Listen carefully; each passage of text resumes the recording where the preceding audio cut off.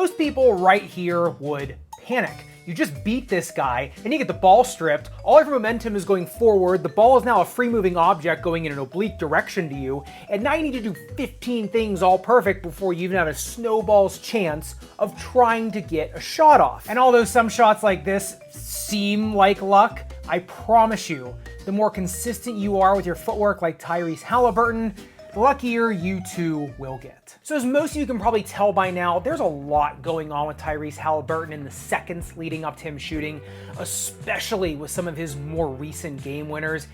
And yeah, while his release is a bit unconventional, his mechanics in the lower half of his body are some of the most repeatable, balanced, and efficient you'll see in the league, or really anywhere else for that matter. And there's three things biomechanically he does that make him absolutely rock solid when it comes to hitting these really just last second super high pressure shots. First, he has absolutely mastered the jump stop, and even more than other professionals. This can be a clunky maneuver if someone like me is doing it, where you just telegraph your plant because both feet are coming down at the same time.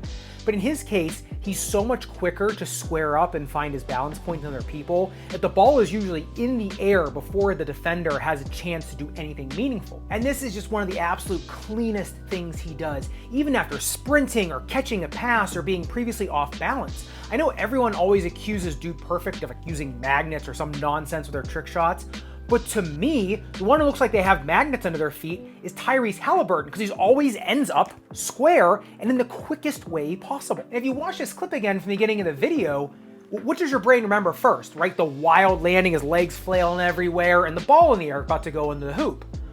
But what happens before that? He is as square gets when he shoots that ball, even in a space like this big that he has to shoot it. It's not until after the ball is released that he starts doing the craziness, right, to brace himself for impact. But it's the fact that he could get square with that little time left and in that small of an area that quickly that allowed that ball to get up in the air and get into the hoop. And the second biomechanical sequence he's mastered is the delayed step back footwork.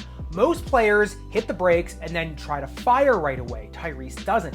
His step back a lot of time is just a distraction. That delay buys him a little bit of time for a cleaner window, gives his upper body time to realign for a shot. And because his proprioception, or his brain's awareness of where his feet are in a given space, is so finely tuned from practicing these sequences over and over and over again when no one's watching, he can see the eventual final plant and body position like 3 moves prior. It's the same thing F1 drivers are able to do, to thread within inches of a wall at 180 miles per hour. It's the same body system, just applied to completely different tracks. And so after all of his setup pieces are in place, this all culminates in Haliburton's eventual ability to generate vertical lift under minimal loading conditions in seemingly impossible or awkward spaces. Because unlike players who require this like whole large muscle kinetic chain windup with like real deep hip flexion or large ground reactive forces to get into their shot, Haliburton can elevate using low amplitude movements, and he'll rely heavily on distal musculature like the gastroc, the soleus, and especially the intrinsic muscles of the foot, because we don't have that much space to work with and we don't have that much time to work with. Those muscles they're just easier to fire under a shorter time frame. And so if you've trained those very small muscles and you have the proprioception to be able to use them efficiently, now you have a whole other set of muscles to generate lift from when you don't necessarily have the time to get that whole wind up, or when you don't really want to telegraph exactly when you're going to lift. And that ability to use, every muscle available to him, it's almost like people, what was that movie Limitless, where you can use more of your brain? It's given him ridiculous neuromuscular efficiency, and that's why he can apply that meaningful force from any number of combinations of muscle units, even, like I said, those that shouldn't be able to produce that kind of force. So first, he's able to absorb shock quickly. Then he's able to spot an eventual plant position or takeoff position. And then he's able to get into his shot quicker with less telegraphing and maintain balance in those really tight areas. And even if we're only talking about split seconds, most players need that little more time, more load, and more space to achieve the same elevation.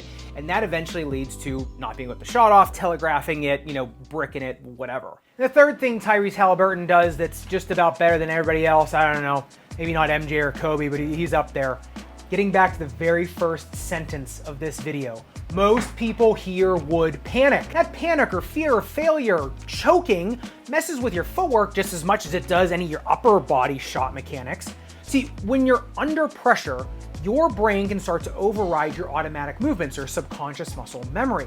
Normally, great athletes operate in what's called procedural memory. Their footwork and shooting mechanics are smooth and automatic because it's just deeply encoded from practice. But when the unbelievable pressure, like a high-stakes NBA game, kicks in, that fear kicks in, your brain switches control to declarative memory. That's the conscious step-by-step system you'd use to learn a skill, not perform it. What happens is your conscious mind kill switches your subconscious and you overthink every single piece of your game. Plant my left foot, square up, now shoot. It completely jams your rhythm. This is where you see people seemingly lose balance or maybe not even getting a shot off. It's because they become so aware of their body, they start to tense up so much and physically can't make small adjustment steps with their feet because their nervous system is being flooded with information, blocking out normally open highways of neuromuscular communication. They choke not because they don't know how to do something, but because pressure makes you acutely aware of every single thing that could possibly go wrong between the start of a movement and the end. And here's the thing, if you are pretty good at your sport, like let's take basketball in this example, right? Your brain has encyclopedias worth of information about it from your experiences at its disposal to make you feel like you are in a quicksand of your own knowledge. This is actually a big reason for what people call beginner's luck. Because if you got nothing going on up there, no expectations or anything like that, there is nothing your brain can do to jam up the neuromuscular systems. And by the way, if you are somebody who struggles with this kind of thing, as I did mightily all through my college tennis career, I wish I would have known about, or they would have been written yet, these couple books that I've read recently about the subject. I'll leave a link in the description below. I have no affiliation with them whatsoever, but I found them all to be incredibly helpful for me, so I'll leave them down below if it's something you'd like to check out. But getting back to the video, the fact that Tyrese doesn't panic, honestly, it's probably his most powerful footwork skill. His nervous system just never flinches. He stays in that procedural lane.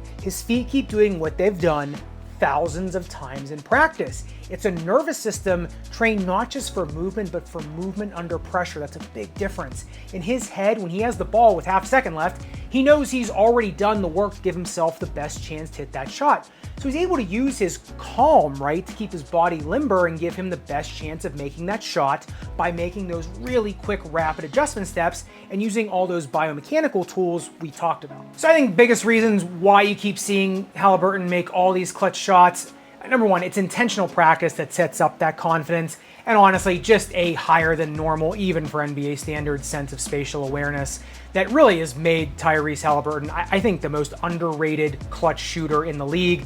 Maybe one of the most underrated ever. And speaking of that league, if you are curious as to why all these Achilles ruptures have been happening recently in the NBA, check out this video right here. And if you are 100% sure already it's the shoes doing it, that's the sole reason, then I suggest you start with actually this video right here. I'll see you in one of those two videos.